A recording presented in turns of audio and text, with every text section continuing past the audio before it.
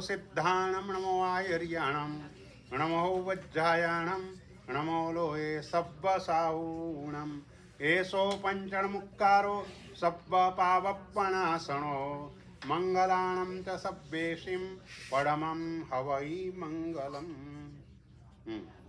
હવે સાતમું, ભોગોપભોગ પરિમાણ વ્રત. ઘણી બુકની અંદર ભોગોપભોગ વિરમણ વ્રત લખેલું હોય છે, પણ વિરમણ નથી, પરિમાણ છે. વિરમણ એટલે અટકવું અને પરિમાણ એટલે પ્રમાણ નક્કી કરવું. આપણે ભોગ અને ઉપભોગના સાધનોથી અટકી શકતા નથી, પણ પ્રમાણ નક્કી કરીએ છીએ. એટલે ભોગોપભોગ પરિમાણ વ્રત અથવા બીજું ગુણવ્રત. પહેલું ગુણવ્રત દિક પરિમાણ વ્રત અને બીજું ગુણવ્રત ભોગોપભોગ પરિમાણ વ્રત. 20 થી 25 ગાથા એટલે 6 ગાથાની અંદર આખું ભોગોપભોગ પરિમાણ વ્રત એનું વર્ણન અહીં કને કરેલું છે. 20મી ગાથા, મજ્જમ્મીય મનસમ્મીય પુફ્ફેય ફલેય ગંધમલ્લેય ઉપભોગ પરિભોગે બિયમ્મી ગુણપયે નિંદે. ગઈકાલે આપણે ખુલાસો કરેલો કે ભોગોપભોગ પરિમાણ વ્રત અહીં કને ગાથામાં ઉપભોગ પરિભોગ શબ્દનો ઉપયોગ કર્યો છે. ઉપભોગ પરિભોગે એટલે ઉપભોગ પરિભોગ. ત્યાં ઉપભોગનો અર્થ બદલાઈ જાય. ઉપભોગ એટલે એક વખત ભોગવવા યોગ્ય અને પરિભોગ એટલે વારંવાર જે ભોગવાતું હોય એને પરિભોગ કહેવાય છે. અને જ્યારે ભોગોપભોગ શબ્દ વપરાય ત્યારે ભોગ એટલે એક વખત ભોગવવા યોગ્ય અને ઉપભોગ એટલે વારંવાર ભોગવવા યોગ્ય. તો ઉપભોગ પરિભોગ નામના બીજા ગુણવ્રતને વિશે જે પણ અતિચારો લાગ્યા હોય તેને આત્મસાક્ષીએ નિંદું છું. કયા કયા અતિચારો? મજ્જમ્મીય મનસમ્મીય પુફ્ફેય ફલેય ગંધમલ્લેય. મદ્ય એટલે મદિરા, દારૂ, જે આપણે એનો ઉપયોગ બિલકુલ કરવાનો હોતો નથી અને એ માદક પદાર્થ છે. એનાથી નશો ચડતો હોય છે. એટલે મોહનીય કર્મને મદિરાની ઉપમા આપી છે. એટલે મોહથી નશો ચડે આત્માને, બસ એવી રીતે આ મદિરા એ પણ નશો પણ થાય અને ત્રસ્ત જીવોની ઘણી વિરાધના દ્વારા તે બને છે, માટે એનો નિષેધ છે. અને મનસમ્મી, માંસ, પંચેન્દ્રિય જીવની હિંસા વગર ક્યારેય પણ માંસની પ્રાપ્તિ થાય નહીં. કારણ કે એકેન્દ્રિયથી ચૌરેન્દ્રિય જીવોના શરીરમાં માંસ હોતું જ નથી. પંચેન્દ્રિય જીવોમાં જ માંસ હોય. એટલે માંસના આપણે 3 પ્રકાર કહીએ: જલચરનું માંસ, થલચરનું માંસ ને ખેચરનું માંસ. એ રીતે 3 પ્રકારનું એ રીતે માંસ ગણાય છે. એટલે મદ્ય, મદિરા, અહીં કોઈને એમ થાય કે ભાઈ આ તો અનાચાર કહેવાય, આને અતિચાર કેવી રીતે કહેવાય? તો અતિચાર એટલે કોઈ પણ અજ્ઞાન દશામાં કે એવી રીતે ક્યાંય વપરાયું હોય તો અતિચાર રૂપ ગણાય અને સમજપૂર્વક જ જો વાપરેલું હોય તો એને અનાચાર કહેવાય. ત્યાં વ્રતભંગ કહેવાય. પુફ્ફેય ફલેય ગંધમલ્લેય. પુફ્ફે એટલે પુષ્પ. પુષ્પમાં પણ આપણે પરમાત્માની પુષ્પ પૂજા પણ કરીએ છીએ. અષ્ટપ્રકારી પૂજામાં પુષ્પ પૂજાનું વિધાન છે અને એ પુષ્પો જયણાપૂર્વક લાવી અને પરમાત્માની અંગરચના વગેરે કરતા હોઈએ છીએ. પણ અહીંયા પુષ્પમાં પોતાના ભોગ માટે થઈને જે પુષ્પ વપરાય, માથાની અંદર વેણી નાખે અને એમાં પુષ્પનો ઉપયોગ કે એવી રીતે જે પુષ્પનો ઉપયોગ થાય, તો એ રીતે વેણી નાખ્યા પછી જીન મંદિરમાં જાય તો પછી એ વેણી તેને કામ લાગે નહીં. કારણ કે જીન મંદિરની અંદર ગયા પછી આપણે બોલીએ કે 5 પ્રકારનો વિનય સાચવવાનો. એમાં પહેલો વિનય સચિત્ત દ્રવ્યનો ત્યાગ કરીને જીન મંદિરમાં જવાનું.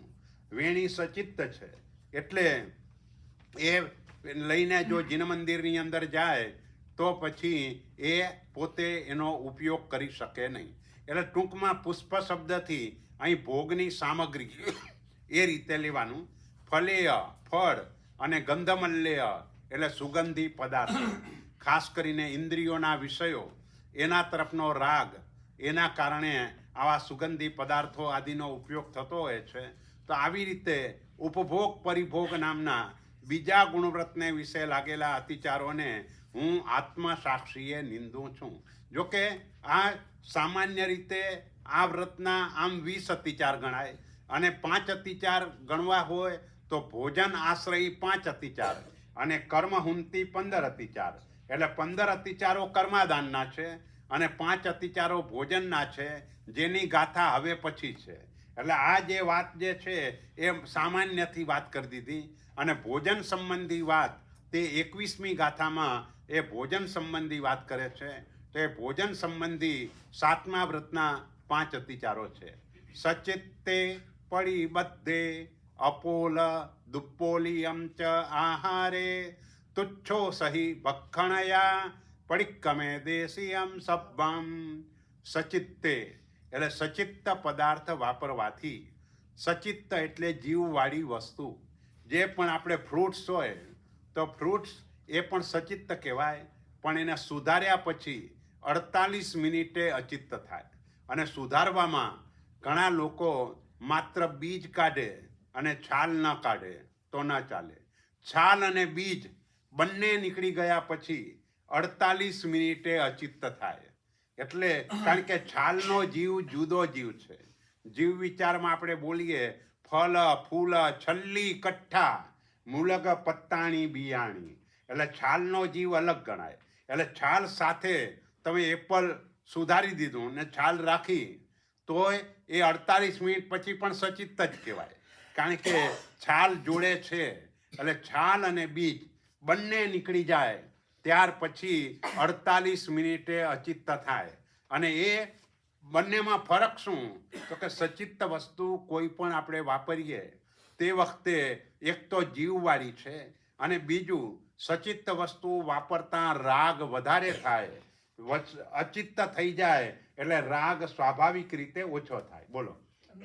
હવે આપણે છે તો સ્ટ્રોબેરીમાં તો ઉપરના બીજ તો ક્યારેય નીકળતા જ નથી. શેમાં? સ્ટ્રોબેરીમાં. હા.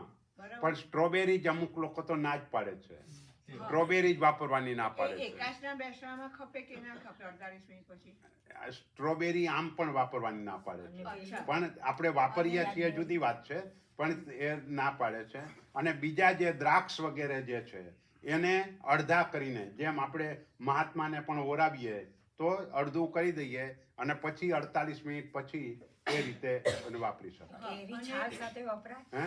કેરી છાલ સાથે ના કઈ ન હોય. કેરી પણ છાલ સાથે ના. તરબૂચ છે તો તરબૂચમાં અહીંયા આગળ સીડલેસ તરબૂચ આવે છે પણ અંદર ઝીણા ઝીણા વ્હાઈટ બીજ હોય છે. ના તો એ ના ચાલે. તો એ વ્હાઈટ બીજ પણ બેસવામાં નીકળી જવા ચાલે કે? જોઈએ, નીકળી જવા જોઈએ. પણ એ નીકળે એવા હોતા જ નથી. તો ન વપરાય. તો એકાશના બેસવામાં ના ના વપરાય, વપરાય. ના. ના, એટલે અમુક લોકો એટલે વાપરતા જો હોય છે. એકાશના બેસનામાં તો ન વપરાય, પણ જેને સચિત્તનો ત્યાગ હોય એ કોઈ ન વાપરી શકે.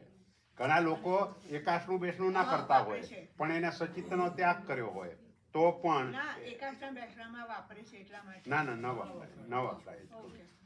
આપણે કેળા છે તો એ છાલ કર્યા પછી 48 મિનિટ્સ પછી વેઇટ ના, કેળામાં તરત જ લૂમથી કેળું છૂટું પડે એટલે અચિત થઈ જાય અને પછી તમે એનું છાલ કાઢો એટલે એ વાપરી શકાય. પણ વાપરવામાં આખું કેળું જે હોય એનો ટુકડા કરીને પછી વાપરવાનું. એમને મોડેથી નહીં વાપરવાનું. આખું કોઈ પણ વસ્તુ આખી નહીં વાપરવાની, કારણ કે વચ્ચે કોઈ જીવ ન હોય એની પણ એ રીતે ખાતરી કરવાની. એટલે થોડુંક પણ તમે તોડો એટલે ખ્યાલ આવી જાય કે આ રીતનું છે. એટલે લૂમ સાથે, ધારો કે લૂમમાં તમારી કેળાની લૂમ હોય અને તમારો હાથ એને લાગેલો હોય તો ગુરુ મહારાજ તમારા હાથથી કોઈ વસ્તુ ઓરે નહીં.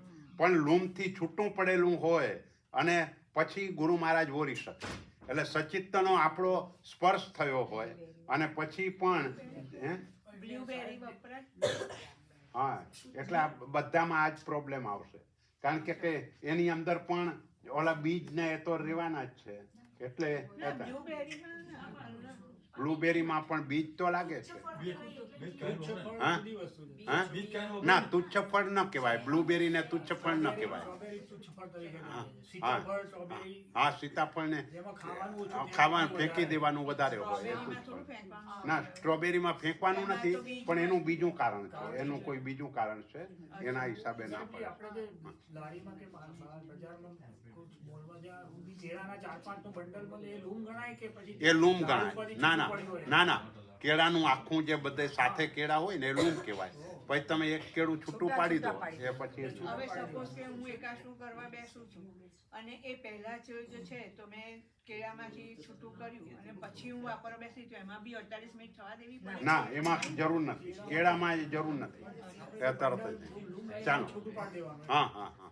એટલે સચિત્ત, ટૂંકમાં આપણે સચિત્તની વ્યાખ્યા એ કરીએ છીએ કે જેમાં જીવ હોય એ બધું જ સચિત્ત કહેવાય. એટલે કાચું મીઠું, કાચું પાણી, આ બધું જ સચિત્ત તરીકે ગણાય. એટલે એ રીતે સચિત્ત વસ્તુ. હા, બોલો. પીચ, પેર, પ્લમ, અમુક ફ્રૂટ્સ એવા છે કે જેની કોઈ દિવસ સ્કિન એની છાલ કોઈ દિવસ નીકળી જ નથી શકે એવી હતી. જે ન નીકળી શકતી હોય ને એને અડધવ કરી અને ગરમ પાણીની અંદર એ રીતે કર્યા પછી 48 મિનિટ પછી વપરાય. પણ બીજ ના હોવા જોઈએ. બીજ ના હોવા જોઈએ. છાલ ન નીકળી શકતી હોય તો એવી રીતે એને અડધું કરી અને ગરમ પાણીની અંદર તમે રાખો ને પછી વપરાય. હા, પ્લમ છાલ તો હા. હોય. હા. ના, ચાલો. એટલે હવે સચિત્ત વસ્તુ વાપરવાથી, ટૂંકમાં સચિત્ત એટલે જીવવાળી. આમાં કાંઈ નથી. આમાં આપણે ખાલી રસનો ત્યાગ કરવાનો છે બસ. જે વસ્તુમાં આપણને લાગે એને વાપરવાની છોડી જ દેવાની. એટલે પછી એ બીજો કોઈ વિકલ્પ જ ઊભો ન થાય. દુનિયામાં ઘણા બધા પદાર્થો છે, એ કદાચ ન વાપરી તો એનાથી કાંઈ ફરક નથી પડવાનો. પણ આપણી બધી આહારની લાલસા એ આવા બધા પ્રશ્નો આપણને ઊભા કરાવે છે. એના કરતાં જ્યાં પણ આપણને શંકા થાય ત્યાં ત્યાગ કરી દઈએ. તમે ડીપમાં જાઓ ને તો ધારો કે અત્યારે કેરીની સિઝન ચાલે છે. હવે ઘણા લોકો કેરીનો ગોટલોય ચૂસતા હોય. તો એ ગોટલો ચૂસવો એટલે શું છે? એટલે એકેન્દ્રિયથી પંચેન્દ્રિય સુધીના બધા જીવની વિરાધના થાય. એકેન્દ્રિયથી પંચેન્દ્રિય સુધીના બધા જીવની. કારણ કે વનસ્પતિ એટલે એકેન્દ્રિય થઈ ગયું. પછી તમારી લાળ જીભને અડે એટલે 2 ઇન્દ્રિય જીવો ઉત્પન્ન થાય. એની મીઠાશના કારણે જ્યાં પણ ફેંકો ત્યાં કીડી આવવાની. પછી જ્યાં ફેંકો ત્યાં મચ્છર આવવાના, એ 4 ઇન્દ્રિય. કીડી 3 ઇન્દ્રિય. તમારું એઠું છે 48 મિનિટ પછી સમૂર્ચિ મનુષ્યો આવી જવાના. એટલે પંચેન્દ્રિય પણ થઈ ગયા. એટલે જે ફળ એવા હોય કે જેનો તમે મોઢામાં નાખીને બહાર કાઢતા હો એ બધામાં એકેન્દ્રિયથી પંચેન્દ્રિય સુધીના આવા જીવોની વિરાધના થાય. એટલે એક રીતનો ઉપયોગ જેટલો રહે એટલો રાખવો જોઈએ. એટલે સચિત્ત વસ્તુ વાપરવાથી, અહીં સચિત્ત જીવવાળી વસ્તુ. આમ શ્રાવક સામાન્ય રીતે સચિત્તનો ત્યાગી હોય. એટલે એ રીતે બધે જ પ્રકારે સચિત્ત તેને વાપરે. આપણે એ વાત કરતા હતા કે સચિત્તની અંદર એક તો એ છે જ કે જીવ વિરાધના, પણ સચિત્ત વાપરવાથી તમારો ઓલો રાગ પણ વધે. જેમ કાકડી ટામેટાનો તમે સલાડ વાપરો અને એનું શાક વાપરો, બંનેમાં ઘણો ફરક પડે સ્વાદની અંદર. એટલે સ્વાદની લોલુપતા સચિત્તની અંદર તમારો સ્વાદ વધારે હોય અને થોડોક સમય નીકળી જાય એટલે સ્વાદમાં પણ એ થાય. એટલે તમારો રાગ ઓછો થઈ જાય અને વધારે જે કર્મબંધ થાય છે એ રાગના કારણે કર્મબંધ થાય છે. એટલે જ જો તિથિ આવતીકાલે 14 છે તો ઘણા લોકો કઠોળને બધું વાપરે કે કઠોળ એ વાપરવાના નથી. તિથિના દિવસે કઠોળ પણ વપરાય નહીં. કારણ કે કઠોળ પણ સચિત્ત છે. એને વાવવાથી ફરીથી ઉગે છે. એટલે એને મગ તમે વાપરો તો જેટલા દાણા એટલા જીવ. ચણા વાપર્યા જેટલા દાણા એટલા જીવ. એટલે સચિત્ત તો છે જ, એટલે ન વપરાય. પણ તિથિના દિવસે શું વાપરવાનું? દાળો વાપરવાની. એ દાળો અચિત્ત થઈ ગયેલી હોય. જેની પણ દાળ હોય એ બધી જ અચિત્ત થાય. અને આજકાલ તો લોકો મારવાડમાં ખાસ કરીને સુકવણીઓ વધારે વાપરે. પણ એ સુકવણી થઈ હોય તિથિ નિમિત્તે જ પાછી. એટલે એ પણ યોગ્ય નથી કે આપણા સ્વાદ માટે થઈ અને આપણે એને આગળથી સુકાવીએ છીએ. આપણો આશય છે આપણે તિથિના દિવસે નથી ખાવું, બસ એવો ભાવ આપણે જાળવી રાખીએ છીએ. પણ હકીકતમાં આપણો આશય જ આ પ્રકારનો હોય છે. બીજી રીતે તિથિના દિવસે આનો ત્યાગ કરે ને મીઠાઈ મજેથી ખાય, દહીંવડા ને બધું મજેથી ખાય, તો આ બધા રાગના કારણો છે. એટલે આપણે એ કારણને વિચારવાનો છે. ભગવાને લીલોતરી નહીં વાપરવાની એમ કહ્યું એટલે આપણે લીલોતરી નથી વાપરતા, પણ બીજી રીતે તો વધારે રાગ થાય એવું વાપરતા હોઈએ, તો ત્યાંથી આપણે આપણા આત્માને પાછો વાળવાનો કે ભાઈ કેટલો વૃત્તિ સંક્ષેપ થઈ શકે તેમ છે, જેટલું પણ થઈ શકે એટલું એ દિવસોમાં આરંભ સમારંભ ઓછા કરવાના છે. એટલે સચિત્ત વસ્તુ વાપરવાથી, સચિત્તની સાથે જોડાયેલી વસ્તુ વાપરવાથી, સચિત્તની સાથે જોડાયેલી, તમે ભેળ બનાવી પણ અંદર દાડમ નાખી દીધા તો સચિત્ત સંબદ્ધ થઈ ગયું, સચિત્તની સાથે એ રીતે જોડાઈ ગયું. અપોલ એટલે કાચો આહાર, દુપ્પોલિયમ એટલે અડધો કાચો અને અડધો પાકો આહાર. અપોલ દુપ્પોલિયમ તે આહારે તુચ્છો સહી ભક્ષણયા, અને તુચ્છ ઔષધિ. તુચ્છ ઔષધિનો અર્થ ખાવાનું ઓછું અને ફેંકી દેવાનું વધારે, જેની અંદર હોય બોર વગેરે. તો આવા જે હોય એ બધા તુચ્છ ફળ કહેવાય. અને આ તુચ્છ ફળમાં ઓલા એકેન્દ્રિયથી પંચેન્દ્રિય વાળો નિયમ લાગુ પડે, મોઢામાં નાખીને જ બહાર કાઢવાનું હોય. એટલે આ બધા જીવોની વિરાધના એની અંદર થાય. એટલે આ આહાર સંબંધી 5 બાબતો એમને આ ગાથામાં બતાવી કે સચિત્ત વસ્તુ વાપરવાથી, સચિત્ત સાથેની જોડાયેલી વસ્તુ વાપરવાથી, કાચી, અડધી કાચી ને અડધી પાકી, અને તુચ્છ ઔષધિ એનું એટલે તુચ્છ ફળ. જો કે 22 અભક્ષ્યમાં પણ તુચ્છ ફળ છે, એટલે એ અભક્ષ્ય તરીકે આપણે એને ગણીએ છીએ. સામાન્ય રીતે અભક્ષ્ય કોને કહેવાય? તો કે જેનાથી ત્રસ જીવની વિરાધના થાય એ બધું જ અભક્ષ્ય કહેવાય. એક વાત, ત્રસ જીવની વિરાધના, અને અનંત જીવની વિરાધના થાય એ પણ અભક્ષ્ય કહેવાય. ત્રસ જીવની વિરાધના એટલે બેઇન્દ્રિય જીવની પણ વિરાધના થતી હોય તો અભક્ષ્ય કહેવાય. એટલે અહીં જો હવે કોઈને ભાઈ એમ કેમ, જીવ તરીકે તો બધા સમાન છે. જીવ તરીકે સમાન હોવા છતાં, ચૈતન્ય બધામાં હોવા છતાં પણ એકેન્દ્રિય કરતાં બેઇન્દ્રિય એનામાં ચૈતન્યનો વિકાસ થોડો વધારે છે, એના કરતાં તેન્દ્રિયનો વિકાસ વધારે છે. એટલે એની વિરાધના કરવામાં નિર્દયપણું વધતું જાય. એકેન્દ્રિય કરતાં બેઇન્દ્રિયની વિરાધનામાં નિર્દયતા વધારે હોય, બેઇન્દ્રિય કરતાં તેન્દ્રિયમાં વધારે હોય, એના કરતાં ચૌરેન્દ્રિયમાં વધારે હોય, એના કરતાં પંચેન્દ્રિયમાં તો ક્રૂરતા હોય. એટલે એ રીતે વધારે વિકાસ થયેલી ઇન્દ્રિયોવાળા જીવોની વિરાધના કરવાથી દોષ વધારે લાગે. એટલે બેઇન્દ્રિય જીવોની વિરાધનામાં પણ આજકાલ એવી ઘણી અભક્ષ્ય વસ્તુઓ આપણા ઘરમાં કાયમ માટે આવી ગઈ હોય, એવા જે છે બ્રેડ, પાઉં, આવી બધી જે વસ્તુઓ છે એ બધામાં બેઇન્દ્રિય જીવોની વિરાધના થાય. જે પણ વાસી રહે, વિદળ હોય, કાચા દૂધ, દહીં, છાશની સાથે કઠોળ, તો આ બધું માત્ર ઘણા લોકો એમ સમજે કે કઠોળ ન વપરાય, પણ કઠોળ એટલે કઠોળ, લીલા પણ કઠોળના શાક ન વપરાય. લીલી પણ ચોળાફળી હોય તો એનું શાક એની સાથે પણ આ કાંઈ વપરાય નહીં. એ રીતે પણ થાય. અને ઘણા લોકોની ટેવ હોય કે દાળ ભાત જ્યાં પછી તરત છાશ પી લે, અને છાશને ગરમ ના કરી હોય. હવે દાળ છે અને છાશ તમે પીધી એટલે કઠોળ થઈ ગયું.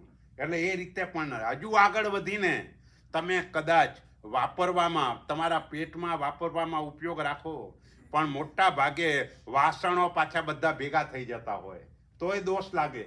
વાસણ પણ ભેગા ન થવા જોઈએ. કાચા દૂધ, દહીં, છાશવાળું વાસણ અને કઠોળવાળું વાસણ એ પણ આપણે ધોવામાં ભેગું ન થવું જોઈએ, નહીતર એ દોષ પણ લાગે. એટલે બેઇન્દ્રિય જીવોની વિરાધના એ દૃષ્ટિએ ઘણી વધારે થાય. આજના જ દિવસનું બનાવેલું ગરમીના દિવસોમાં આજે જ સાંજે અભક્ષ્ય થઈ જાય, કે જેને ચલિત રસ કહેવામાં આવે. વર્ણગંધ રસ સ્પર્શ બદલાઈ જાય એટલે એને ચલિત રસ કહેવાય. તો આવા ચલિત રસવાળા પણ એ બધા અભક્ષ્ય થઈ જાય. એટલે ખૂબ ઉપયોગ આ બધી બાબતમાં રાખવો જોઈએ. આવા 22 પ્રકારના અભક્ષ્યો છે. એટલે મોટા ભાગના અભક્ષ્યોમાં ત્રસ જીવની વિરાધના અને અનંત કાયમાં અનંત જીવની વિરાધના, એટલે એને અભક્ષ્ય તરીકે કહ્યું. પણ એના પાછા 32 ભેદ જુદા બતાવ્યા. 22 અભક્ષ્ય અને 32 અનંત કાય. જેમાં અનંત જીવની હિંસા થતી હોય એને આપણે અનંતકાય તરીકે ઓળખીએ છીએ. ઘણી વખતે આપણને ખ્યાલ નથી હોતો પણ અનંતકાય જીવની વિરાધના થઈ જાય છે. બજારમાં ગયા, ચા પીવાની ઈચ્છા થઈ અને પેલાને કીધું ભાઈ ચા બનાવી આપ.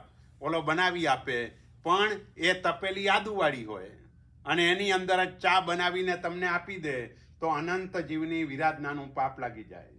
પાણીપુરી ખાવા ગયા અને મગના ફણગા ફૂટેલા હોય અને એ જ પાણીપુરી તમારી પાણીપુરીમાં આવે તો એ અનંત જીવની વિરાધનાનું પાપ લાગી જાય. ગાજર, બટાટા, મૂળા, કાંદા, લસણ ખાઓ અને જેટલું પાપ લાગે એટલું પાપ બજારની ચા પીવાથી, એટલું પાપ આ રીતે પાણીપુરી કે એવા પદાર્થો બજારમાં વાપરો તો એટલું જ પાપ લાગે. કારણ કે એ લોકો તો વ્યવસાય માટે કરે છે એટલે એકદમ બંને જુદું ના રાખે કે ભાઈ આદુ વગરની તપેલી જુદી, આદુવાળી તપેલી જુદી, આવું ન હોય. એક ને એક જ વાસણ એ વપરાતું હોય એટલે એ રીતે પણ એ દોષ લાગતો હોય છે. હજુ એ આગળ વધીને અહીંના મોટા ભાગના લોકો નાસ્તા ઘરે ન બનાવતા હોય એટલે ઓલા વૈષ્ણવોના જે મંદિરો હોય ત્યાંથી લાવતા હોય છે. લાવે કેળાની વેફર, આપણને લાગે આ કેળાની વેફર, વાત સાચી, પણ કદાચ એવું પણ બને કે એ જ તેલમાં પહેલાં એને બટાટાની વેફર તળી હોય અને પછી કેળાની વેફર તળે તો એ કેળાની વેફર એ આપણા માટે અનંતકાયના પાપવાળી જ થઈ ગઈ. એટલે એ રીતે પણ આપણે ધ્યાન રાખવું પડે. એટલે કેવા આ માત્ર તમારું ધ્યાન દોરું છું, બાકી બધા લોકો જે વાપરતા હોય એ અટકી શકે એટલા પૂરતું ખાલી એ આપણને ખબર હોય તો આપણે અટકી શકીએ. ખબર જ ન હોય તો આપણે એમ જ સમજીએ ભાઈ કેળાની વેફર છે એને વાપરવામાં શું વાંધો છે, પણ એ કઈ રીતે બનાવી એ આપણને ખબર નથી. અને હજુ પણ રાત્રિ ભોજનની બાબતમાં જેને રાત્રિ ભોજનનો ત્યાગ હોય એને રાત્રે બનાવેલું દિવસે ખાય તોય રાત્રિ ભોજનનો દોષ લાગે. રાત્રે બનાવેલું દિવસે ખાય તો પણ એ દોષ લાગે.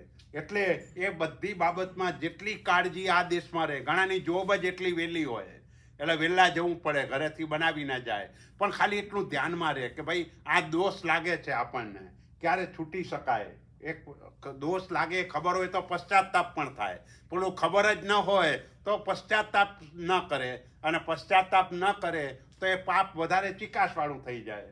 તો એ રીતે પણ આપણે બચી શકીએ એટલા પૂરતી આપણી આ વાત છે. આ દેશના જે પણ સંજોગો હોય તે પણ આપણે એમાંથી કેટલા બચી શકીએ બસ એ રીતે બચવા માટેનો આપણે પુરુષાર્થ કરવાનો, પ્રયત્ન કરવાનો. એટલે આ ભોજન સંબંધી 5 અતિચારો આ ગાથાની અંદર એમને બતાવ્યા. અને ત્યાર પછી 15 કર્માદાન. આમ સીધા આપણે કર્માદાનમાં જોડાતા નથી પણ બીજી રીતે આ કર્માદાન થઈ જતું હોય છે. પહેલાંની જેમ લોકો મિલો ચલાવતા હતા અને એ રીતે કર્માદાનનો વ્યવસાય હતો. આજના દિવસે આડકતરી રીતે તમે કોઈ કંપનીના શેર ખરીદ્યા પણ એ શેર એ કંપની આવા કર્માદાનના ધંધા ચલાવતી હોય. તમે કોઈ સોફ્ટવેર બનાવવાનું તમારા ભાગે આવ્યું અને એ સોફ્ટવેર પણ એની અંદર વપરાતું હોય તો આ રીતે આડકતરી રીતે આ બધા જે કર્માદાનના વ્યવસાયો છે એ કર્માદાનના વ્યવસાયો વધારે કર્મ ઉપાર્જન કરાવી અને આત્માને દુર્ગતિમાં મોકલનારા છે. એટલે સંપત્તિની પ્રાપ્તિ થાય, પૈસાની પ્રાપ્તિ થાય, પૈસા વધારે મળે પણ સામે આપણા આત્માને એ દુર્ગતિમાં લઈ જનારા છે. એટલે 5 કર્મ, 5 વાણિજ્ય અને 5 સામાન્ય, આ રીતે આપણે 15 કર્માદાન એ બોલતા હોઈએ છીએ. એટલે કર્મ આદાન, બસ જેના દ્વારા આત્માને કર્મ આવે એ કર્માદાન કહેવાય. તો આ 15 પ્રકારના વ્યવસાયો વગેરે એવા પ્રકારના છે કે એ કરવાથી આત્મા વધારે કર્મથી ભારે થાય છે. આ દેશની અંદર ઘણાનો સ્ટોર પણ હોય છે અને એ જૈનો પણ ચલાવતા હોય અને જૈનોના સ્ટોરમાં પણ કંઈ ન ખપે એવી ઘણી બધી વસ્તુઓ જૈનોને વેચવી પડતી હોય છે. તો એને ધ્યાન હોવું જોઈએ કે ભાઈ હું ભલે વાપરતો નથી પણ આ વેચું છું તો પણ મને દોષ તો લાગે, પાપ તો લાગે, બીજાને ખવડાવું છું. એટલે જ્યારે પણ પોતાની પાસે અમુક વ્યવસ્થા થઈ જાય ત્યારે છેવટે એમાંથી નીકળી જાય કે બીજો કોઈ પણ વ્યવસાયમાં જોઈન્ટ થવાતું હોય તો એ રીતે જોઈન્ટ થાય. જેટલો પોતાના આત્માને બચાવી શકાય એટલો બચાવવાનો પ્રયત્ન તે થઈ શકે. ઇંગાલી વણસાડી બાળી ફોડી સુવજ્જયે કમ્મમ વાણિજ્યમ ચેવ દંત લખ રસ કેશ વિષ વિષયમ એવં ખુજંત પિલ્લાણા કમ્મમ નિલ્લંછણમ ચ દવદાણમ શરદઃ તલાય શોષમ અસહી પોષમ ચ વજ્જિજ્જાં. આ 2 ગાથાની અંદર એ 15 કર્માદાનની વાત કરી છે.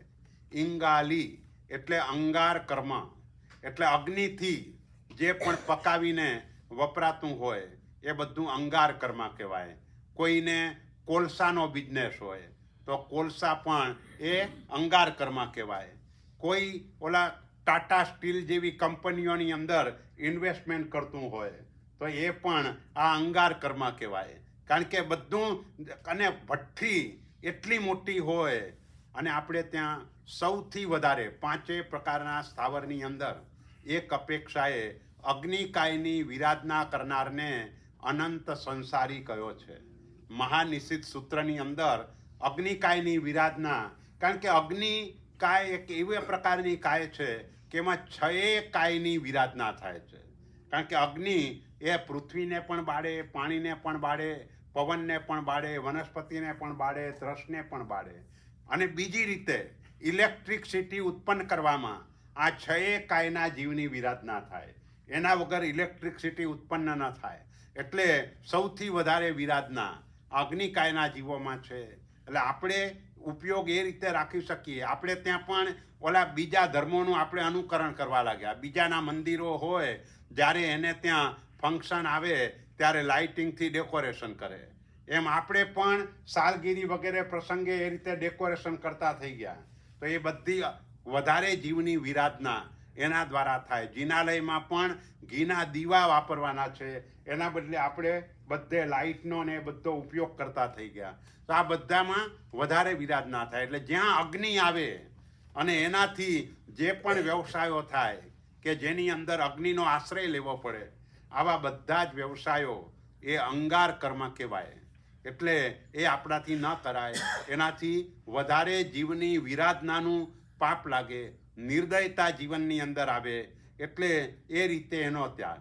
વણ એટલે વન કર્મ. આ દેશની અંદર ઘણાના ઘરની અંદર ઓલો ગાર્ડન બનાવ્યો હોય, શાકભાજી ઉગાડતા હોય, ફૂલના છોડ વગેરે પણ હોય, તો આ બધું વન કર્મ કહેવાય. કે જેની અંદર તમારે ખેતી સંબંધી જે પણ કાર્યો થતા હોય, કારણ કે એની અંદર પણ પંચેન્દ્રિય જીવો સુધીની પણ વિરાધના તે શક્ય છે. એટલે આપણે આવો કોઈ પણ વ્યવસાય કે આવું કોઈ પણ કાર્ય આપણે કરવાનું નથી. એવી રીતે સકટ કર્મ. સકટ એટલે ગાડા વગેરે બનાવવા, એ સકટ કર્મ એટલે કોઈ પણ વાહનો વગેરે બનાવીને વેચવા, એ સકટ કર્મ કહેવાય. ભાટિક કર્મ એટલે ભાડે આપવા. કારણ કે એને તમે ભાડે આપો તો કોઈ જાતની જયણા વગેરે કંઈ ન હોય, એટલે એ પણ દોષ લાગે. અને સ્ફોટિક કર્મ એટલે કૂવા તળાવ વગેરે ખોદાવવા. એ ખોદાવે એટલે પંચેન્દ્રિય જીવોની પણ વિરાધના થાય. એટલે આ 5 પ્રકારના જે કર્મ છે, એ 5 પ્રકારના કર્મ એનો ત્યાગ કરવાનો. પછી 5 પ્રકારના વ્યવસાય, જેને વાણિજ્ય કહેવાય. વાણિજ્ય એટલે વ્યાપાર, એ ન કરાય. દંત એટલે હાથી દાંત વગેરેનો વ્યાપાર. કારણ કે હાથીના દાંત જીવને કેવી રીતે મળે? હાથી, એને સ્પર્શનેન્દ્રિયનો વિષય બહુ પ્રિય હોય, અને એ વિષય પ્રિય હોવાના કારણે હાથી દાંત કાઢવા હોય ત્યારે પેલો મહાવત આમ સામેના છેડે હાથણીને ઊભી રાખે, અને વચ્ચે મોટો ખાડો કર્યો હોય. એટલે પેલો હાથણીને જોઈને એ તરફ દોડે, અને દોડવા જાય ત્યાં ખાડામાં પડે. અને ખાડામાં પડ્યા પછી એને એવી રીતે ઓલું કરે કે એના હાથી દાંત વગેરે એ ખેંચે. અને એટલે જ કહેવાય છે કે હાથી જીવતો 1,00,000નો ને મરે તો 1,25,00,000નો. કારણ કે એના જે ઓલા છે એમાંથી ઘણું બધું એને પૈસા મળે. એટલે આ હાથી દાંત વગેરેનો જે પણ વ્યાપાર હોય, એટલે ઘણા લોકો હાથી દાંતની બંગડીઓ પહેરતા હોય કે એવું પણ હોય, તો એ બધું આ રીતે વધારે પંચેન્દ્રિય જીવની વિરાધના અને એનાથી આ પ્રાપ્ત થાય છે. એટલા માટે એ ન કરાય. લખ એટલે લાખનો વ્યાપાર. લાખ એટલે આમ તો સામાન્ય રીતે બે વસ્તુને જોડે એ લાખ છે, પણ એની ચિકાશ એવી હોય કે કોઈ પણ ત્રસ્ત જીવ ત્યાં કને આવે એટલે બિચારો મરી જ જાય, અંદર એકદમ એ ચોંટી જાય અને ચોંટી જવાના કારણે એનું મૃત્યુ થાય. એટલે લાખ વગેરેનો વ્યાપાર પણ ન કહેવાય. રસ વાણિજ્ય એટલે ઘી, તેલ, ગોળ એનો વ્યાપાર પણ ન કરાય, કારણ કે એની અંદર પણ કોઈ પણ જીવ પડે તો બિચારો મરે. એટલે આવા જે રસવાળા જે પણ પદાર્થો છે એવા પદાર્થોનો વ્યાપાર કે ન થાય. લખ, રસ, કેસ એટલે વાળનો વ્યાપાર એ પશુઓને કે પક્ષીઓને એ રીતે હેરાન કરીને એ રીતે લેવામાં આવે, એટલે એ વ્યાપાર પણ ન કરાય. અને વિષયમ ઝેર અને ઝેરી પદાર્થો, કારણ કે એ પણ બીજાના પ્રાણ લેવા માટે ઘણી વખત એનો ઉપયોગ થાય. એટલા માટે દવામાં જે વપરાય એ ઔષધ તરીકે વપરાય છે, પણ એના સિવાય એનું પ્રમાણ જ્યારે વધારે હોય, અફીણ, ગાંજો આવી બધી વસ્તુઓ એ બીજાને નશો ઉત્પન્ન કરે અને ઘરની અંદર પણ માતા, સ્ત્રી, બેન વગેરેનો વિવેક ભૂલી જાય એવી સિચ્યુએશન એના દ્વારા ઊભી થાય. એટલે એવા પ્રકારનો પણ વ્યવસાય કોઈ પણ આપણે ન કરાય. એટલે દંત, લખ, રસ, કેસ, વિષયમ ઝેર અને ઝેરી પદાર્થમાં શસ્ત્રો પણ આવી જાય, કારણ કે શસ્ત્રો પણ એ જ રીતે ગણાય, બીજાની હિંસા કરવામાં અને એ રીતે એ શસ્ત્રો વપરાતા હોય. એવમ ખુ જંત પિલ્લણ, એ પ્રમાણે નિશ્ચય યંત્ર પિલ્લણ કર્મ એટલે જે પણ આપણે ઘરની અંદર મિક્સચર વગેરે કે એ બધું જે કહેવાય એ યંત્ર પિલ્લણ કહેવાય. એની અંદર કોથમીર વગેરે પીસાતી હોય એટલે એ યંત્ર પિલ્લણ કર્મ કહેવાય. તો એવો વ્યવસાય કે જે વ્યવસાયની અંદર આવી રીતે જીવોની વિરાધના થાય. કોઈને લગ્ન પ્રસંગે પણ આવી કોઈને ભેટ ન અપાય. આવી ભેટ આપો એ જ્યાં સુધી વાપરે ત્યાં સુધી પાપ આપણને લાગ્યા કરે. ઘણા લોકો લગ્નમાં કોઈને ઇસ્ત્રી આપે તો ઇસ્ત્રી પણ તેવું કાંઈના જીવની વિરાધના જ ચાલુ રહે. એટલે જે અધિકરણ, પાપનું સાધન ક્યારે પણ કોઈને આપણે આપવાનું નથી. આપવું હોય તો ઉપકરણ અપાય, પણ અધિકરણ ન અપાય. એટલે પાપનું સાધન ન અપાય. એની વાત આગળની ગાથામાં આવવાની છે. પણ કહેવાનો આશય એ છે કે આવી રીતે યંત્ર પિલ્લણ કર્મ એટલે ઘણા લોકો હોલસેલમાં આ બધી વસ્તુઓ વેચતા હોય.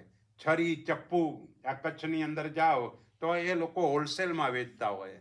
તો હોલસેલમાં વેચે એ તો એનું આયુષ્ય પૂરું થાય ત્યારે ઉપર પહોંચી જાય, પણ એની વેચેલી વસ્તુઓ જ્યાં સુધી લોકો વાપરે, જેટલી હિંસા થાય એ જે પણ ભાવમાં હોય એ ભાવમાં એને પાપ લાગ્યા જ કરે.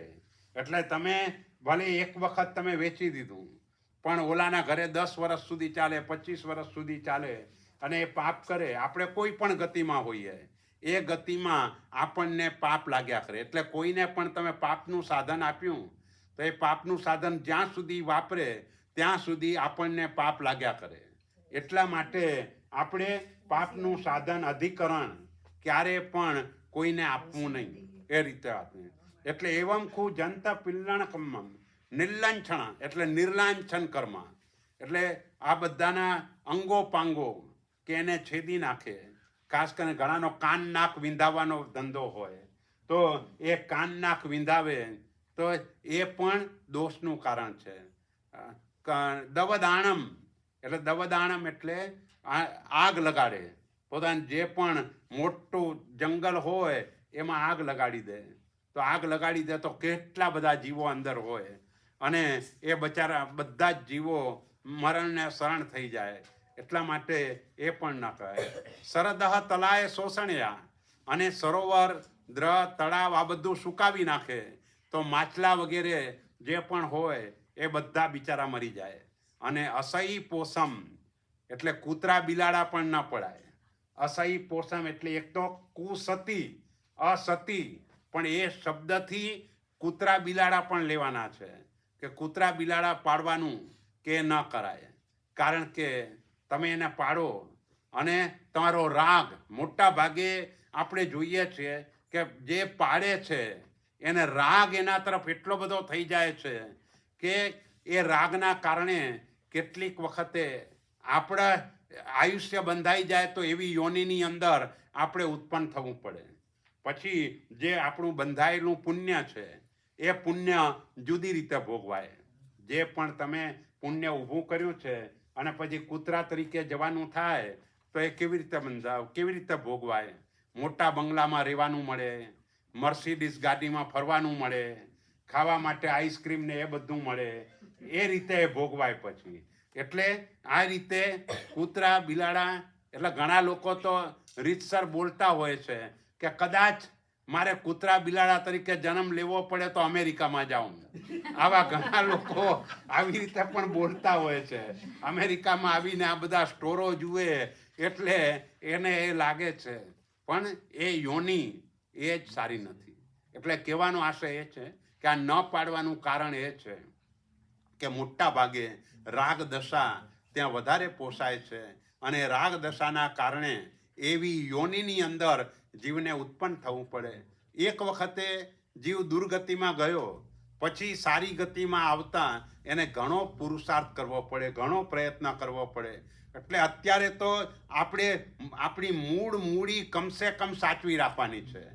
નફો ન થાય તો ચાલશે, પણ મૂડી એટલે માનવ જન્મ, પરમાત્માના શાસન સાથેનો મનુષ્ય જન્મ, બસ આટલું પણ મળી જાય તો એ ઘણું. અને મૂડી ગુમાવવી એટલે નરક તિર્યંકમાં જવું, અને મૂડી સાચવવી એટલે મનુષ્યમાં આવવું. એટલે વ્યાપારી તો નફો કરે, અને નફો ક્યારે થાય કે મૂડી ઉપર તમે અહીંથી મહાવિદ્ય ક્ષેત્રમાં ભગવાન પાસે જઈને ચારિત્ર લો, અથવા તો અહીં આવીને પણ ચારિત્ર લો તો નફો થયો કહેવાય. અને એવું જો ન લઈ શકીએ તો કમસે કમ મૂડી તો આપણે સાચવી રાખીએ. પણ એ મૂડી ક્યારે સચવાય? ભગવાનની આજ્ઞાનું પાલન જેટલું વધારે હોય એટલી મૂડી સચવાય. ભગવાનની આજ્ઞાનું પાલન જીવનમાં ન હોય અને છેવટે સંજોગો વસાત ભલે કદાચ પાલન ઓછું હોય, પણ સમજવું તો જોઈએ જ કે ભગવાને આ કહ્યું છે ને મારે આ જ કરવાનું છે, મારાથી નથી થતું. આટલો પણ ડંખ હોય તો પણ ભગવાનનું શાસન મળે. પણ જેને આટલોય ડંખ ન હોય એને પછી ભગવાનનું શાસન ન મળે. અને એક વખતે આપણા હાથમાંથી આ ચાલ્યું ગયું પછી કેટલા કાળે મળશે એ ખબર નથી. એટલે આપણે એક ચૈત્યવંદનમાં બોલીએ છીએ, કાળ બહુ સ્થાવર ગ્રહી ભમિયો ભવમાહી. આપણો બધો વધારેમાં વધારે કાળ સ્થાવરમાં ગયો, વળી વિકલેન્દ્રિયમાંહી વસ્યો, બેન્દ્રિય તેન્દ્રિય ચૌરેન્દ્રિય, પણ સ્થિરતા નહીં ક્યાંહી. તિર્યંચ પંચેન્દ્રિયમાંહી દેવ કર્મે હું આવ્યો, કરી કુકર્મ નરકે ગયો, પણ તુમ દર્શન નવી પાયો. એમ અનંત કાળે કરી પામ્યો નર અવતાર. આ અનંત કાળે આ જન્મ મળ્યો અને વળી પાછો હાથમાંથી ગયો તો ફરીથી અનંતકાળ પાછો ચાલ્યો જશે અને માન મળશે. એટલે કહેવાનો આશય એ છે કે ઘણી મહેનતે આપણે કેટલી કિંમત ચૂકવી છે આપણે જાણતા નથી, અત્યારે યાદ નથી. એટલે આ ભવની કિંમત આપણને બહુ સમજાતી નથી. પણ એ રીતે આને સમજવાની જરૂર છે કે તીર્થંકર પરમાત્મા જેવા પણ ગૌતમ સ્વામીને પણ કે સમયમ ગોયમ મા પમાયે. હે ગૌતમ, તું સમય પણ પ્રમાદ ન કર. તો પછી આપણો તો પ્રમાદ કેટલો મોટો છે. એટલે આ જન્મની અંદર જેટલો પણ પ્રમાદ ઓછો થાય અને વધારેમાં વધારે શાસનની અંદર રહીને જેટલી આરાધના વગેરે થાય, આરાધના પ્રભાવના જે પણ જેની જે કેપેસિટી હોય એ પ્રમાણે કરે તો ફરીથી આ પાછું પરમાત્માનું શાસન આપણને પ્રાપ્ત થાય. એટલે કહેવાનો આશય કે અસતી પોષણ, એટલે આવી રીતે પશુઓને પાળવાનું કે આવી કુસતી અસતી હોય એનું પોષણ આ બધાને વર્જવાનું કહ્યું છે. વજ્જિત જા, આ બધાને વર્જી દો, છોડી દો. આ 15 પ્રકારના કર્માદાન એનો ત્યાગ કરવાનો છે. શેર બજારમાં પણ કોઈ કામ કરતા હોય તો એને પણ ધ્યાન રાખવાનું છે કે એવી કંપનીના શેર ન ખરીદીએ કે જેમાં વધારે પડતી આવી હિંસા વગેરેના પાપો થતા હોય. એ રીતે ઇન્ફ્લેક્શનની સામે રહેવા માટે, ટકવા માટે કદાચ ક્યાંક ઇન્વેસ્ટમેન્ટ કરવું પડે. આજકાલ જ્યાં પણ ઇન્વેસ્ટમેન્ટ કરો ત્યાં દરેક જગ્યાએ એ ખોટી જગ્યાએ જ જવાનું છે. તમે બેંકમાં પણ રાખો, એ લોકો પણ મત્સ્યોદ્યોગ વગેરે વિકસાવવા માટે પણ લોન આપશે, કે મ્યુચ્યુઅલ ફંડમાં કરો, ગમે ત્યાં કરો, ક્યાંય આપણે એ કર્મથી સર્વથા નિવૃત્ત બની શકીએ એવું છે જ નહીં. દરેક જગ્યાએ એ સીધી રીતે કરીએ એના આડકતરી રીતે થોડોક ઓછો કર્મબંધ થાય. સીધી રીતે ડાયરેક્ટ આપણે જોડાવવું પડે. ડાયરેક્ટ જોડાઈએ એટલે કર્મબંધ વધારે થાય, અને આડકતરી રીતે હોય તો કર્મબંધ ઓછો થાય. કારણ કે જે પણ કંપનીના શેર હોય, આપણે એવું જ ઈચ્છીએ કે મારી કંપનીના શેરનો ભાવ વધે, અને એનો ભાવ તો જ વધે, એનો ધંધો વધારે ચાલે. એનો ધંધો વધારે તો જ ચાલે કે વધારે જીવહિંસા વગેરે થાય. એટલે એ દ્રષ્ટિએ આપણે વિચારીએ તો આ બધું પાપના અનુબંધવાળું છે. પાપનો અનુબંધ એ આપણે તોડવાનો છે. આપણી 3 પ્રકારની વૃત્તિ કહેવાય: તામસ વૃત્તિ, રાજસ વૃત્તિ અને સત્વ વૃત્તિ. આ 3 ગુણ કહેવાય, સત્વ, રજસ ને તમસ. એમાં તામસી પ્રકૃતિ કોને કહેવાય? તો કે તામસી પ્રકૃતિ એટલે પાપાનુબંધી પાપ કે પાપાનુબંધી પુણ્ય, એનો બંધ કે ઉદય હોય ત્યારે તામસી વૃત્તિ કહેવાય. એવી રીતે રાજસ વૃત્તિ કોને કહેવાય? તો કે પુણ્યાનુબંધી પાપ, એનો બંધ કે ઉદય હોય તે વખતે રાજસ વૃત્તિ કહેવાય. અને સત્વ વૃત્તિ કોને કહેવાય? તો કે જ્યારે પુણ્યાનુબંધી પુણ્ય, એનો બંધ કે ઉદય ચાલુ હોય તો તમારી સત્વ વૃત્તિ કહેવાય. એટલે આપણે સત્વને ખીલવવાનું છે, સત્વ તરફ આગળ વધવાનું છે. તામસિક વૃત્તિ એ તો દૂર થઈ જવી જોઈએ. પાપાનુબંધી પાપ કે પાપાનુબંધી પુણ્ય. આજકાલ મોટા ભાગના જીવો પાપાનુબંધી પુણ્યવાળા છે.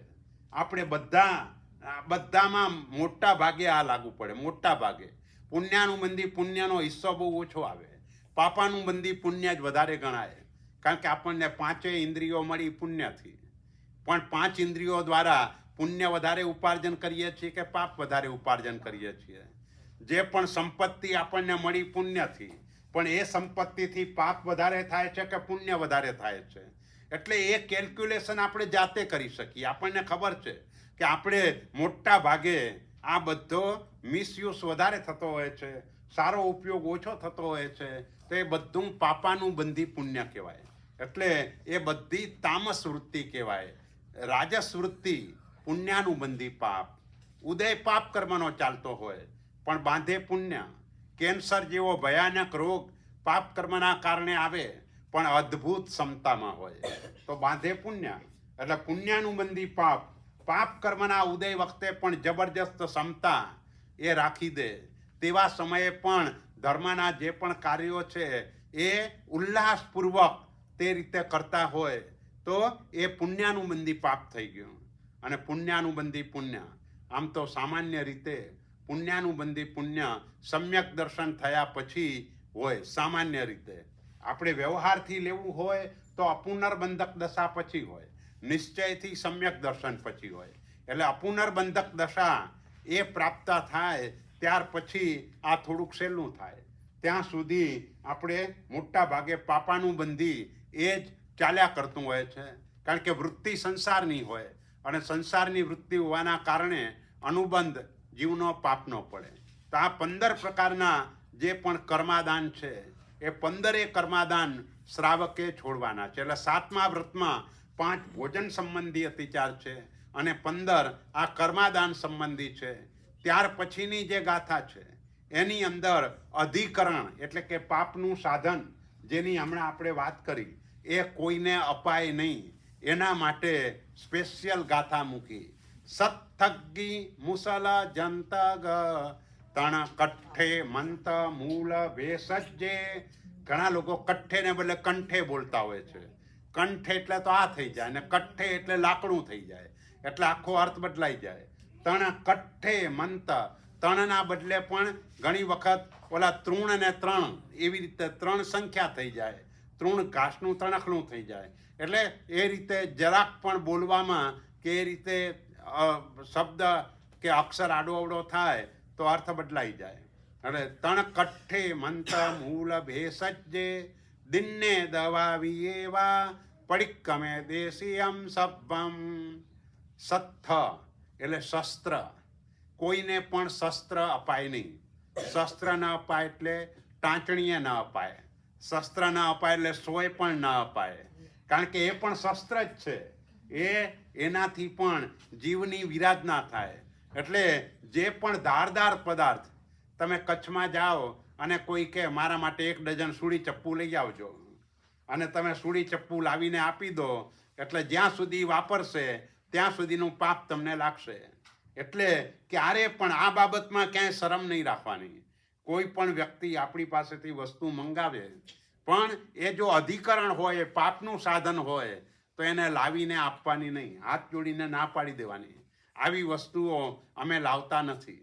બીજું કાંઈ મંગાવવાનું હોય તો કહો, લાવી આપશે. ઘરમાંથી ધારો કે જૂનું થઈ ગયું મિક્સર, તો કોઈ બાઈને આપીએ તો પાપ લાગે? વધારે લાગે.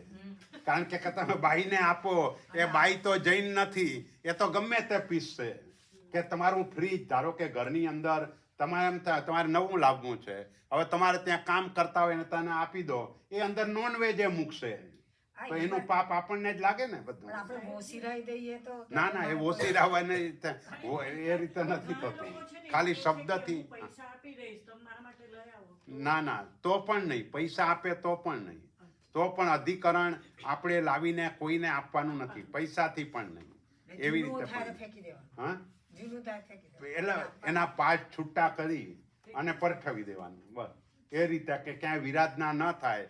જેમ સાધુ સાધ્વીજી ભગવંતો કેમ બધું પરઠવવા માટે જાય છે, એવી રીતે. અને અમુક બાબતમાં એવું હોય કે ધારો કે વાસણો આપણી પાસે ઓલા હોય, તો આપણે બીજા કોઈને આપવા કરતાં આઈમ્બિલ ખાતામાં કે એવી રીતે તમે મૂકી દો, તો ત્યાં આપણને ખાતરી છે કે એનો ઉપયોગ સારો જ થવાનો છે. કે તમારી ઘંટી પણ એવી થઈ ગઈ, તમે આઈમ્બિલ ખાતામાં મૂકી દીધા, તો આઈમ્બિલ ખાતાની અંદર જ્યારે જરૂર પડશે તે વખતે એનો ઉપયોગ થશે. છેવટે સારો તો ઉપયોગ થવાનો છે. એનાથી આપણી સાધર્મિકની ભક્તિ થવાની છે, કે આઈમ્બિલ આદિની વસ્તુઓ બનવાની છે. એટલે એ દ્રષ્ટિએ તમે અપ્રશસ્તમાંથી પ્રશસ્તમાં આવી ગયા, અશુભમાંથી શુભમાં આવી ગયા. એ રીતે એ લાભ થાય. એટલે સત્થ એટલે આ શસ્ત્ર ક્યારે પણ કોઈને આપી શકાય નહીં. અગ્નિ એટલે અગ્નિ. હા, ના, અનુકંપાથી તમે $1-2 આપો એ જુદી વાત છે. બાકી અનુકંપામાં આમ પણ વધારે આપવાનું જ નથી. આજકાલ છે ને આપણે બધામાં ફેન્સી થઈ ગયા છીએ. ફેન્સી એટલે કઈ દ્રષ્ટિએ કહું છું કે ધારો કે હવે જે એકદમ ગરીબ વર્ગ હોય, અનુકંપાની વાત કરું છું. અનુકંપામાં આપણે એને ખાવાનું ચોક્કસ આપવાનું છે, ખવડાવવાનું છે. પણ આજકાલ આપણે એને પણ કેરીની સિઝનમાં રસપુરી અને આ તે બધું આપણે આપતા થઈ ગયા.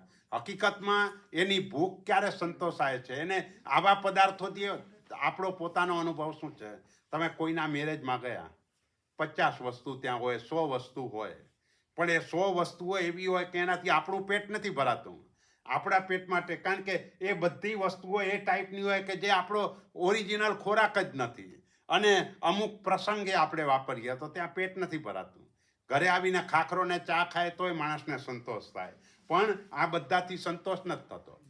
એટલે પશુઓની બાબતમાં પણ તમે એને ઘાસ ખવડાવો એ બરાબર છે, પણ પશુઓને પણ આપણે એનો ખોરાક જે હોય એ એને આપીએ ને તો એનાથી એને સંતોષ થાય. પણ એના બદલે આપણે બીજું ફેન્સી પણ આપીએ, એને સ્વાદમાં સારું લાગે, પણ પેટ ભરાવામાં પ્રશ્નાર્થ ચિહ્ન રહે. એટલે હંમેશા જેનું જ્યાં જે કરવા યોગ્ય છે, એટલે આવું અનુકંપા એ ચોક્કસ કરવાની છે. પણ અનુકંપાની અંદર આ આપણે વિવેક રાખવાનો છે. પન્યાસ ભદ્રંકર વિજયજી મહારાજ કોઈ પણ સંઘનો પ્રસંગ આવે એટલે અનુકંપા કરવાનું ચોક્કસ કે આપણે ખાતા હોઈએ અને એ લોકોને આપણે ના આપીએ તો એ લોકોને દુર્ભાવ થાય. અને આજે પણ અનોપ મંડળ જેવા મંડળો એવા ઊભા થઈ ગયા કે જે આપણા મહાત્માઓના ઈરાદાપૂર્વક એક્સિડન્ટ કરે છે. જે એમ નથી કે ભાઈ એક્સિડન્ટ થઈ ગયો, ઈરાદાપૂર્વક જ ગાડી ચલાવી દેતા હોય. કારણ કે એ લોકો એમ માને છે કે આ જૈન સાધુઓ વરસાદને બાંધીને રાખે છે, વરસાદ નથી આવવા દેતા, એટલે અમને આ તકલીફ. એવું કંઈ છે નહીં, પણ આવી એની માન્યતા છે અને માન્યતાના કારણે આવું થાય છે. એટલે આપણે અજૈનોને પણ આપતા રહીએ. અમુક જગ્યાએ સુરેન્દ્રનગર, વઢવાણ એ જે વિસ્તાર છે એ વિસ્તારમાં અતુલ બાપુ એ સાધર્મિક ભક્તિ એવી રીતે કરે કે ઓલા છાસ કેન્દ્રો ખુલી નાખે અને બીજા લોકોને છાસ મળે એટલે થાય શું, આપણા સાધુ સાધ્વીજી જાય તે વખતે એને રોટલો ને એવો આવે એ રીતે. અને સાધર્મિકની ભક્તિ એવી રીતે કરે કે ભાઈ તને જરૂર છે ને, હું તને 2 ગાય આપું છું, આ 2 ગાય તારે સારી રીતે પાડવાની, ખવડાવવાનું, તને દૂધ જોઈએ એટલું વાપરવાનું અને બાકીનું દૂધ વેચી દેવાનું, એનાથી તારી આજીવિકા ચાલશે. એટલે એ રીતે પશુ પણ સચવાય, સામેની વ્યક્તિની આજીવિકા એ પણ બરાબર ચાલે, કંઈ પ્રોબ્લેમ ન થાય. એટલે એ રીતે જો કરવામાં આવે એટલે સમજપૂર્વક જે વખતે જ્યાં જે આવશ્યકતા છે એ પ્રમાણે જો કરવામાં આવે તો વધારે લાભ થાય. હા, એટલે અગ્નિ, ત્યાર પછી અગ્નિ. અગ્નિ એટલે માચીસ પણ કોઈને ન અપાય, લાઇટર પણ કોઈને ન અપાય, કારણ કે અગ્નિ આપણે આગળ જ વાત કરી કે તેવું કાંઈના જીવોની વિરાધના એના દ્વારા થવાની છે. એટલે એ સત્તગી મુસલ એટલે સાંભેલું જે હોય ને, પહેલાં આવી રીતે ખાંડણી દસ્તો પણ રાખતા હતા, સાંભેલું પણ હતું. એટલે પહેલાંની શ્રાવિકાઓ શું કરતી કે ઘરની અંદર આવી વસ્તુ રાખે ને તો એક વસ્તુ એક જગ્યા ઉપર હોય અને બીજી વસ્તુ સંતાડીને રાખી હોય. એટલે બાજુવાળો જ્યારે લેવા આવે, મને જોઈએ છે, એ વખતે કે આ દેખાય છે પણ બીજું દેખાતું નથી, એટલે એમ કરીને એને આપવું ન હોય પણ વ્યવહારથી ના ન પડાય. એટલે પછી એ રીતે કે ભાઈ જો આ તો આ રહ્યું, પછી પેલી વ્યક્તિ હોશિયાર હોય ને શોધી લાવે તો જુદી વાત છે, ન શોધે તો પછી એને આપવાની જરૂર ન પડે. તો એ વિરાધનાથી બચી જવાય. અને આમ પણ એ 2 વસ્તુને ભેગી રાખવાથી આપણા પરિણામ નિર્ધ્વંસ થાય. એટલે આવા જે હોય જોડકા એને જુદા રાખી દે કે જેથી કરીને આવી રીતે વ્યવહારમાં પણ આપવાનો પ્રસંગ ઊભો ન થાય. અને આપે તો દોષ, કારણ કે એમાં પીસવાનું જ હોય, ખાંડવાનું જ હોય, એટલે એ રીતે પણ દોષ લાગે. જંતગ એટલે યંત્ર.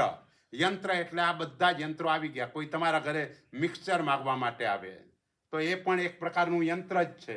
બીજા જે પણ વસ્તુઓ, જેટલી ઇલેક્ટ્રિસિટીથી જેટલી વસ્તુઓ ચાલે છે બધી યંત્ર તરીકે કહેવાય. અને આજકાલ ઘરની અંદરના મોટા ભાગના સાધનો આપણે ચાર્જ કરીને ચલાવવા પડતા હોય છે. એટલે એ દ્રષ્ટિએ એ બધા જ યંત્ર થઈ ગયા, કારણ કે એ યંત્રમાં જીવ પીસાવાના છે.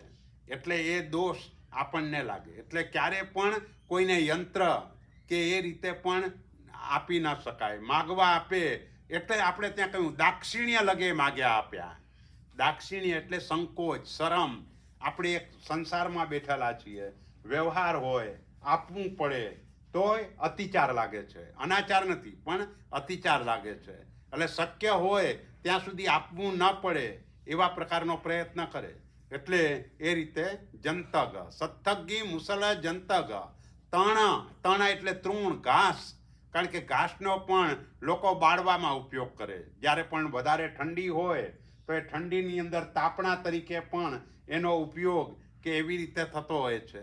અને લીલું તો આમ પણ બળાય પણ નહીં, પણ જે સૂકું હોય, લીલું તો સચિત જ છે અને એમાં તો સીધી જ જીવની વિરાધના છે. પણ આમાં પણ આ રીતે તાપ આદિની અંદર ઉપયોગ કરીને અગ્નિકાયના જીવની વિરાધના થાય. કઠ્ઠે એટલે કાષ્ટ, લાકડું.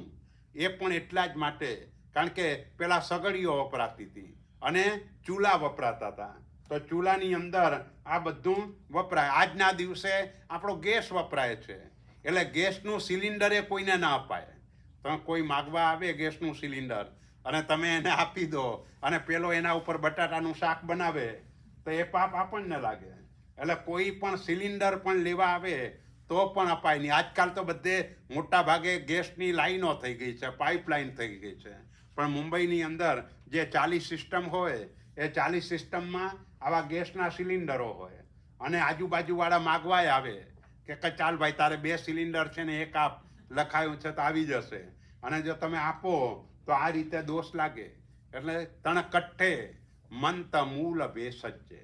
મંત મૂલ એટલે જડીબુટ્ટી કોઈ પણ પ્રકારની હોય, કારણ કે આ બધી જે ઔષધિઓ હોય જડીબુટ્ટી, એ ઔષધિ પણ મોટા ભાગે વનસ્પતિના જીવની તો વિરાધના થાય, પણ વનસ્પતિ કરતાં પણ અનંતકાયની પણ વિરાધના થાય.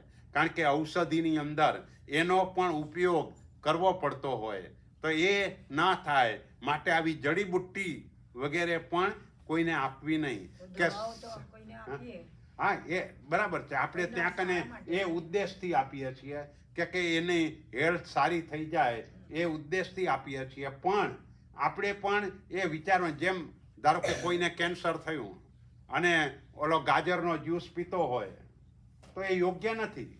કારણ કે કોઈ દિવસે એવું બનવાનું નથી કે તમે અનંત જીવની હિંસા કરો ને તમે સારા થાવ.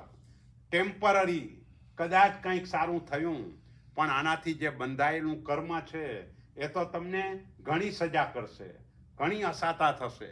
કારણ કે તમે અનંત જીવની વિરાધના કરી છે. તમારા સારા થવા માટે આવી વિરાધના ન કરાય. એમ આ રીતે જે ઔષધની બાબતની અંદર એ દોષ ત્યાં કને આપણને લાગે છે, પણ આપણો આશય ત્યાં સારો છે. એટલે સારા આશયથી આપીએ છીએ એટલે ત્યાં વાંધો નથી. એટલે દોષ ઓછો લાભ વધારે એ દ્રષ્ટિએ ત્યાં કહેવાય. અને ઓલા સર્પ આદિના ખીલવવાના જે મંત્રો હોય કે જેનાથી સર્પ વગેરે બહાર આવે, તો એવી ઔષધિઓ કે એવી રીતે જેમ કે વાંસળી વગેરે ઘણા લોકો એ વગાડીને પણ આ રીતે કરતા હોય તો એ પણ દોષનું કારણ બને. એટલે આવી વસ્તુઓ ટૂંકમાં જેના દ્વારા પાપ કર્મ થાય એવી કોઈ પણ વસ્તુ આપણે બીજા કોઈને આપી ન શકીએ. એમ જેમ અપાય નહીં એમ કોઈને અપાવાય પણ નહીં. તું આને આપ એમ પણ ન કહેવાય, અને કોઈ આપતું હોય એને સારું પણ ન મનાય. એટલે લગ્ન વગેરે પ્રસંગોમાં ખાસ કરીને જે ગિફ્ટ અપાતી હોય એ બાબતમાં આપણે વધારે સાવધાન બની જવાનું છે. કારણ કે મોટા ભાગે અધિકરણ હોય, મોટા ભાગે. એટલે એનાથી એ પાપ કર્મો વધારે ઉપાર્જન થાય. એટલે એ સમયે એવી વસ્તુથી અટકી જવાનું. એટલે આપણે ત્યાં તો ઘડિયાળ વગેરે પણ કોઈને આપીએ તેવા સમયે પણ આપણે એને કહેવું જોઈએ કે ભાઈ તું રોજ સામાયિક કરે છે, તને સમય જોવા માટે ઉપયોગી થાય માટે તને ઘડિયાળ આપું છું. બસ આટલું કહીને તમે ઘડિયાળ આપો તો પછી તમે બીજા દોસ્તથી બચી જાઓ. પણ આવું ન કીધું ને કોઈને ઘડિયાળ ગિફ્ટમાં આપી દીધી અને પેલો ટાઈમ જોઈને સિનેમા જોવા ગયો તો એ પાપ લાગશે. કારણ કે તમે વસ્તુ એને આપી પણ ખુલાસો નથી કર્યો તમે શેના માટે આપો છો. એટલે એ ખુલાસો કરવો જોઈએ. અને આપતી વખતે આપણે કહેવું જોઈએ ભાઈ હું તને આના માટે આપું છું, તારી આરાધના સારી થાય એ ભાવથી આપું છું. તો એટલા દોષથી આપણે બચી જઈએ. એટલે જેટલો ઉપયોગ, બસ જેટલી જાગૃતિ એટલો લાભ, એ રીતે અહીં સમજવાનું. એટલે 24મી ગાથા એની અંદર આ અધિકરણ કોઈને આપવાની. એમ દિનને એટલે આપવાથી, દવાવીએ એટલે અપાવવાથી, અને વા એટલે આપતાને સારો માનવાથી, પડિક્કમે દેશિયમ સબ્બમ દિવસ સંબંધી લાગેલા સર્વ અતિચારોનું હું પ્રતિક્રમણ કરું છું. અને ત્યાર પછી નહાણું વટ્ટણ વન્નગ, નહાણું વટ્ટણ ડબલ વ પણ છે, નહાણું વટ્ટણ વન્નગ વિલેવણે સદ્દ રૂવ રસ ગંધે વત્થાસણ આભરણે પડિક્કમે દેશિયમ સબ્બમ. હવે આ ગાથા એટલે એનાથી 14 નિયમ આદિની વાત કરવી છે. પણ અહીં નહાણ એટલે સ્નાન કરવાથી. પહેલા નંબરમાં સ્નાન માત્ર પરમાત્માની પૂજા કરવાની હોય તો જ કરવાનું છે. આના વિના સ્નાન કરવાનું વિધાન નથી. એક વાત. અને જે પરમાત્માની પૂજા માટે કરીએ એ પણ ગાળેલું અને માત્ર 2 લોટા જેટલું જ પાણી વાપરવાનું છે. એનાથી વધારે પાણીનો ઉપયોગ આપણે કરવાનો હોતો નથી. એટલે સાબુથી નાવ તો આટલા પાણીથી કાંઈ થાય નહીં. અને સાબુથી નાવું એટલે આ બિચારા અપકાયના જીવો, આપણે જેમ કેન્સરના રોગથી રીબાઈને મરીએ એમ અપકાયના જીવો બિચારા રીબાઈને મરે. એટલે સાબુનો ઉપયોગ કે બને ત્યાં સુધી કરવાનો નથી. અને છેવટે કરવો જ પડે એવું લાગે કે ભાઈ મારે ઉપયોગ કરવો પડે તેમ છે તો નિયમ રાખવાનો કે હું અઠવાડિયામાં 1 જ દિવસ વાપરીશ, એનાથી વધારે વખત એનો ઉપયોગ નહીં કરું તો પણ બચી જવાય. એટલે નહાણ એટલે અળગણ પાણી વગેરેથી સ્નાન કરવાથી, ઉવટ્ટણ એટલે પીઠી ચોડવાથી. પીઠી ચોડવાનું ખાસ કરીને લગ્નાદિ પ્રસંગોની અંદર એ પીઠી વગેરે ચોડાતી હોય છે. વન્નગ એટલે ચિત્રામણ કરવાથી. ચિત્રામણ કરવાથી એટલે મહેંદી લગાવવાથી. તમારે આપણી આજના દિવસે તો મહેંદી રસમો પણ હોય છે, પણ આ મહેંદી વગેરે લગાવવાથી, ચિત્રામણ કરવાથી, નહાણું વટ્ટણ વન્નગ વિલેવણે વિલેપન કરવાથી, સદ્દ રૂવ રસગંધે, શબ્દ રૂપ રસ અને ગંધ એટલે બધી ઇન્દ્રિયો આવી ગઈ. કાન એનાથી શબ્દ, રૂપ એટલે આંખ, પછી રસ એટલે જીભ અને ગંધ એટલે નાક. અને આગળ જે આવ્યા એ સ્પર્શનેન્દ્રિયના વિષય હતા, વિલેપન અને એ બધું એ સ્પર્શનેન્દ્રિયનું હતું. એટલે આ પાંચે પાંચ ઇન્દ્રિયો નહાણું વટ્ટણ વન્નગ, સ્નાન કરવાથી, પીઠી ચોડવાથી, ચિત્રામણ કરવાથી એટલે મહેંદી વગેરે લગાવવાથી, એવી રીતે નહાણું વટ્ટણ વિલેવણે વિલેપન કરવાથી, શબ્દ રૂપ રસ અને ગંધ એટલે બાકીની 4 ઇન્દ્રિયો, એ 4 ઇન્દ્રિયોના અનુકૂળ વિષયોમાં રાગ કરવાથી અને પ્રતિકૂળ વિષયોમાં ઉદ્વેગ કરવાથી, દ્વેષ લાવવાથી, અણગમો લાવવાથી. આ જે શાક ખાધું પણ એમાં મીઠું વધારે હતું તો અણગમો થયો, તો એ આ રસની બાબત આવી ગઈ. એમ આની સુગંધ જોઈએ એવી નથી તો એ ગંધની નાકની બાબત આવી ગઈ. એટલે એવી રીતે પાંચેય ઇન્દ્રિયો, કારણ કે કર્મ કરવાના એ સાધનો છે. એટલે ચોથી ગાથામાં શરૂઆતમાં જ કહ્યું કે આપણે ઇન્દ્રિયો દ્વારા કર્મ બાંધીએ છીએ, તો આ ઇન્દ્રિયો દ્વારા આવી રીતે કર્મ બંધાય. એટલે સદ્દે રૂએ રસગંધેય વત્થાસન આભરણે, વસ્ત્ર, આસન અને અલંકારો. વસ્ત્ર એટલે આપણા કપડાં, એનું પણ આપણે પ્રમાણ નક્કી કરવાનું છે કે હું દિવસમાં કેટલા કપડાં પહેરીશ, કેટલી જોડ પહેરીશ, એ પ્રમાણ નક્કી કરવાનું. આ પ્રમાણ નક્કી ન કરીએ અને બધી છૂટ રાખીએ તો આખી દુનિયામાં કેટલા બધા કપડાં હોય, અને બધા કપડાં જે બને એ બધા પાપના ભાગીદાર આપણે બનીએ. એટલે આપણે આપણા માટે નક્કી કરેલું હોવું જોઈએ કે હું દિવસમાં 2 જોડ, 3 જોડ, 4 જોડ, કોઈના રાત્રિના કપડાં જુદા હોય, ક્યાંય પ્રસંગમાં જવાના કપડાં જુદા હોય, ઘરે પહેરવાના કપડાં જુદા હોય, કોઈને ત્યાં જાય તો એ કપડાં જુદા હોય, તો 4-5 જોડ, એનાથી વધારે હું નહીં પહેરું. અને ધર્મ કાર્ય માટે વસ્ત્રની જૈણા એટલે તમે સામાયિક પૂજાના કપડાં પહેરો એ ન ગણાય, એની જૈણા આપણે છૂટ રાખી છે. પણ એના સિવાયના જે વસ્ત્રો છે એનું પણ નિયમન જોઈએ. આસન, બેસવાની જગ્યા, જે આસન પર બેઠીએ એ પણ નક્કી કરવાનું, હું આજે આનાથી વધારે આસન નહીં વાપરું. અને અલંકારો, એ તો આજે પહેરવાનો જમાનો જ નથી રહ્યો. અલંકારો મોટા ભાગે આપણા ઓલા જે કહેવાય ને શોકેસની શોભા, શોકેસ ન કહેવાય પણ આપણું જે લોકર, એ લોકરની શોભા બની ગયા છે. એવા અલંકારો આજના દિવસે પહેરાતા નથી, પણ એના કારણે રાગાદી ભાવો વધારે થાય છે. એટલે માણસનું મૃત્યુ થાય ને કોઈ આમ ફોન આવે કે ફલાણા ભાઈ ગયા, એટલે સામેથી પહેલાં પૂછે કેટલા વાગે કાઢવાના છો. ઇન્ડિયામાં એ પહેલો જ સામેથી એ જ જવાબ મળે, કેટલા વાગે કાઢવાના છો. કાઢો રે કાઢો એને સહુ કહે જાણે જન્મ્યો જ નહોતો. માણસને તરત રવાના કરવાનો. અને તમારી તિજોરી ખોલો તો એમાંય મળદા જ હોય, પણ એ મળદા પૃથ્વીકાયના મળદા હોય, ક્યાંક સોનાના દાગીના હોય, ક્યાંક ડાયમંડના દાગીના હોય, અને એ મળદા ઉપર રાગ થાય. જે આપણી સાથે જે જીવ્યા એને જલ્દી રવાના કરો. અને આ બધા મળદા ઉપર આપણને કેટલો બધો રાગ છે. આપણું ઘર પણ તમે આ ગ્રેનાઇટ ને માર્બલ લગાવ્યો હોય એ પણ પૃથ્વીકાયનું મળદું જ છે. એ મળદાને જોઈને બધા રાજી થાય. ઘરની અંદર ફર્નિચર બનાવ્યું હોય એ વનસ્પતિકાયનું મળદું છે. એટલે આખું ઘર મળદાથી શણગારેલું છે. અને એમાં આપણે રાગાદી ભાવો કરીએ છીએ. અને માણસ જાય તો એની કોઈ કિંમત જ નથી, એને જલ્દી રવાના કરો. આ આપણી મનોવૃત્તિ છે.